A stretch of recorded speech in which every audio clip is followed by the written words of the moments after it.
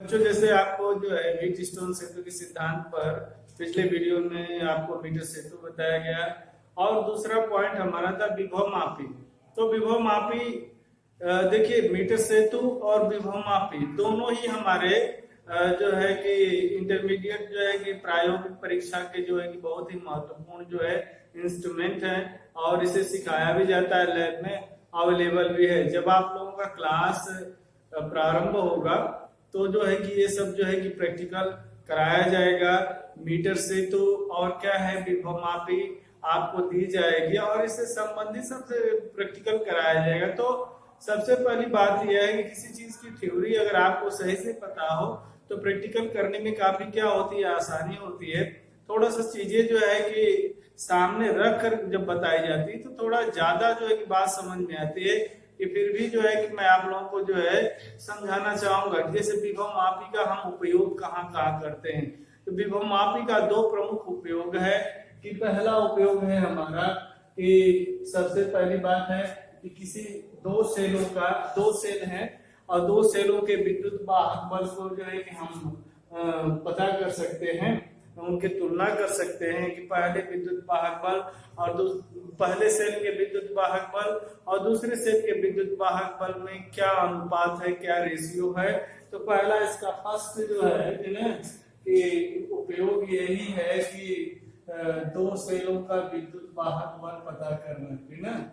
दो सेलों का विद्युत वाहक बल की तुलना करने के लिए जो है सबसे पहले आप सोचोगे कि दो सेलों का विद्युत वाहक बल, जैसे विद्युत वाहक बल को बच्चों किससे दिखाया जाता है, ई से, ठीक है।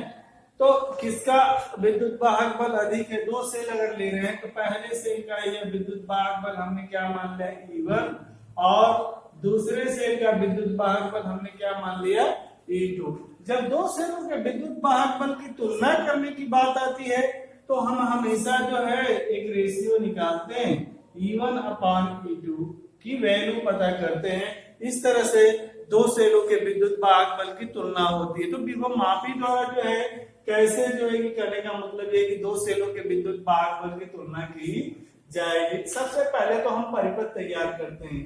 देखिए, यह विभव मापी का जो सिरा है आपको दिया जाएगा। विभव मापी में लगभग 10 मीटर लंबा तार होता है। तो एक सिरा ए होता है, एक सिरा क्या है, बी होता है।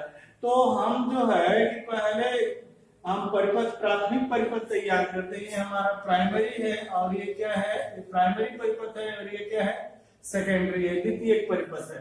तो विभव मापी के तार के सिरों के बीच हम पहले क्या जोड़ते हैं, यहाँ एक बैटरी है, यह B1 है ना, और फिर जो है कि एक कुंजी लगाते हैं क्या, K, तथा एक धारा नियंत्रक को हम इस प्रकार जोड़ते हैं कि बैटरी का जो धन टर्मिनल है वह बिंदु A से जुड़ा रहे, ठीक है। इस प्रकार हमारा प्राथमिक परिपथ पूरा हो जाता है। फिर हम क्या करते हैं कि जो सेल यहाँ लिए हैं, पहला सेल हमने C1 मान लिया, दूसरा सेल क्या है, C2। C1 और C2 के विद्युत वाहक बल जो है कि हमने माना है E1 और क्या है, E2 की तुलना करनी है। उनको उनके धन सिरों को, ये देखिए प्लस और ये क्या है, माइनस है, प्लस और माइनस धन सिरों को बिंदु A से जोड़ते, अर्थात बिंदु A से जो है बैटरी का धन टर्मिनल और दोनों सेलों का धन टर्मिनल जुड़ा होता है ना, समझ रहे हैं। और A से तथा ऋण सिरे को जो है फिर क्या करते हैं कि ऋण सिरा जो होता है सेलों का उसको द्विमार्गी कुंजी, देखिए यहाँ द्विमार्गी कुंजी K1 और क्या है, K2 के द्वारा यहाँ गैल्वानोमीटर है धारा मापी से जोड़कर जौकी से जोड़ दिया जाता है। अब प्रयोग विधि, सबसे पहले हम करते क्या है कि हम पहले कुंजी K को यहाँ पुश करते हैं, दबा देते हैं, मतलब लगा देते हैं और तार AB के सिरों के बीच जो है विभवांतर स्थापित कर लेते हैं। अब कुंजी K1 और K2 को बारी बारी से दबाकर इस धारा नियंत्रक को इस प्रकार, ये जो रेजिस्टेंस है हमारा, इसको आगे पीछे खिसका के इस प्रकार समायोजित करते हैं कि जो हमारे गैल्वानोमीटर है उसमें एक सुई लगी होती है, शून्य विक्षेप की स्थिति बिल्कुल शून्य होती है।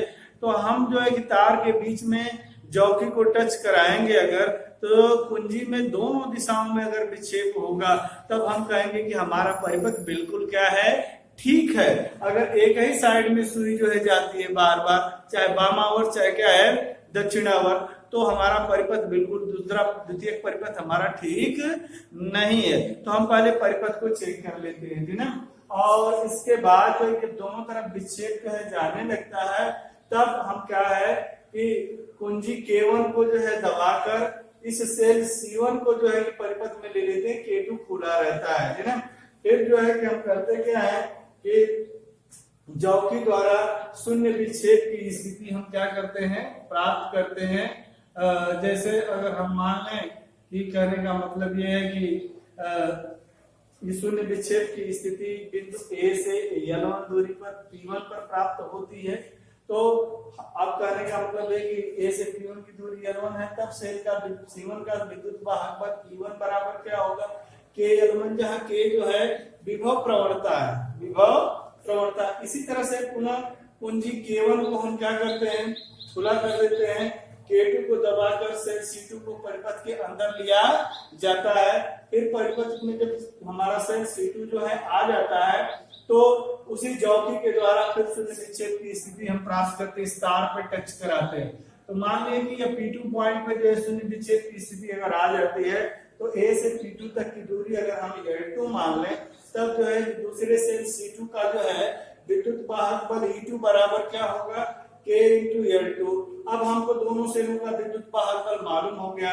यदि समीकरण फर्स्ट और सेकंड में हम एक दूसरे से भाग कर दे तो E1 अपान E2 बराबर K L1 बटा K L2, या E1 अपान E2 बराबर L1 अपान क्या होगा, L2, जहां L1 जो है पहले सेल के लिए जो है शून्य विक्षेप की स्थिति है, और L2 जो है दूसरे सेल के लिए तार पर जो है शून्य विक्षेप की स्थिति है। इस तरह से प्रैक्टिकल बुक काफी भी आपको लिखनी पड़ेगी सेम चीज, और इस फार्मूले की सहायता से 3-4 रीडिंग निकालकर आप जो है दो सेलों के विद्युत वाहक बल की तुलना कर सकते हैं। अब आइए दूसरा उपयोग हम पता करते हैं। जैसे हमने आपको आंतरिक प्रतिरोध के बारे में बताया था कि सेल के घोल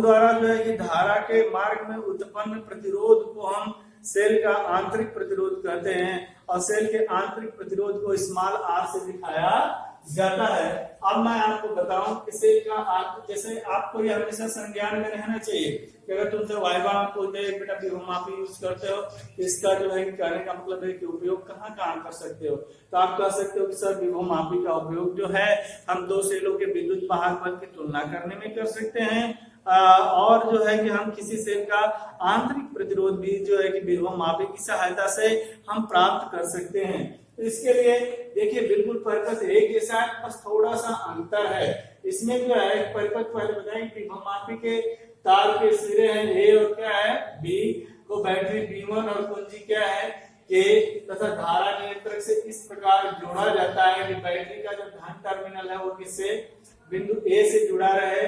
इस तरह से ये हमारा प्राइमरी परिपथ पूरा हो जाता है। जब अब जिस सेल का हमें आंतरिक प्रतिरोध पता करना है, ये हमारा सेल है C, है ना, उस प्रतिरोध ज्ञात करना है, उसके धन टर्मिनल को जो है हम जो है कि बिंदु A से तथा ऋण सिरे से एक धारामापी जोड़ते हैं, और ऋण सिरे से एक धारामापी जोड़ते हैं, जिसमें जो है कहने का मतलब क्या है कि एक जॉकी लगी होती है या विसर्पी कुंजी कह लें, है ना। इस सेल के सिरों के बीच एक प्रतिरोध बॉक्स यहाँ जो है कहने का मतलब है कि लगा दिया जाता है समांतर क्रम में, है ना, और बॉक्स लगा दिया जाता है, कुंजी लगा देते हैं K1, और इस प्रकार हमारा सेकेंडरी परिपथ ये जो है प्राइमरी और ये क्या है सेकेंडरी परिपथ हमारा पूरा हो गया। ये प्राथमिक और ये क्या है द्वितीय। प्रयोग विधि सेम उसी तरह से, पहले कुंजी K को दबाकर तार के सिरों A और B के बीच जो है विभवांतर स्थापित करते हैं, है ना, और धारा नियंत्रक को इस प्रकार समायोजित करते हैं कि तार A और B के बीच जॉकी को जो है कि स्पर्श कराने पर धारामापी में विच्छेद जो है दोनों तरफ आए, है ना। तो कहने का मतलब है कि विच्छेद जो है स्पर्श दोनों तरफ माने, इस स्थिति में जो है विभव प्रवणता क्या है K है। अब कुंजी K1 को हम पहले खुला रख देते हैं, ये K1 खुला रहेगा तो सेल हमारा परिपथ से जो है बाहर होगा, तब जो है कि जौकी को जो है कि करेंगे तार ए और बी के बीच स्पर्श करा के अगर हम जो है कहने का मतलब ये है कि शून्य विच्छेद की स्थिति में प्राप्त कर लें। अगर ये शून्य विच्छेद की स्थिति जो है वो हमारी जो है कहने का मतलब है कि मान लें कि यहाँ पे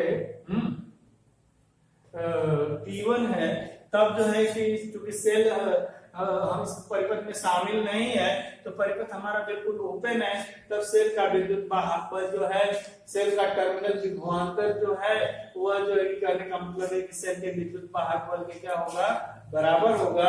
अगर यह A से P1 की दूरी L1 है तो जो सेल का टर्मिनल विभवांतर की बराबर क्या होगा, KL1।